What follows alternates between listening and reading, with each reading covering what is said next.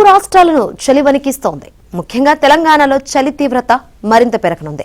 రాబోయే 1-2 రోజుల్లో తెలంగాణలో సగానికి పైగా జిల్లాల్లో సింగిల్ డిజిట్ ఉష్ణోగ్రతలు నమోదయ్యే అవకాశం ఉందని హైదరాబాద్ వాతావరణ కేంద్రం వెల్లడించింది.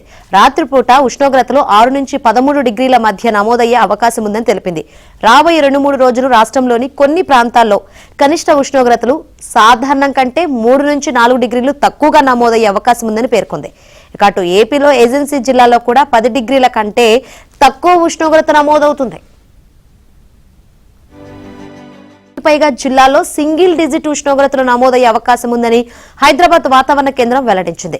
రాత్రిపూట ఉష్ణోగ్రతలు 6 నుంచి 13 డిగ్రీల మధ్య నమోదయ్యే అవకాశం ఉందని తెలిపింది. రాబోయే 2-3 రోజులు రాష్ట్రంలోని కొన్ని ప్రాంతాల్లో కనిష్ట ఉష్ణోగ్రతలు సాధారణం కంటే 3 నుంచి 4 డిగ్రీలు తక్కువగా నమోదయ్యే అవకాశం ఉందని పేర్కొంది.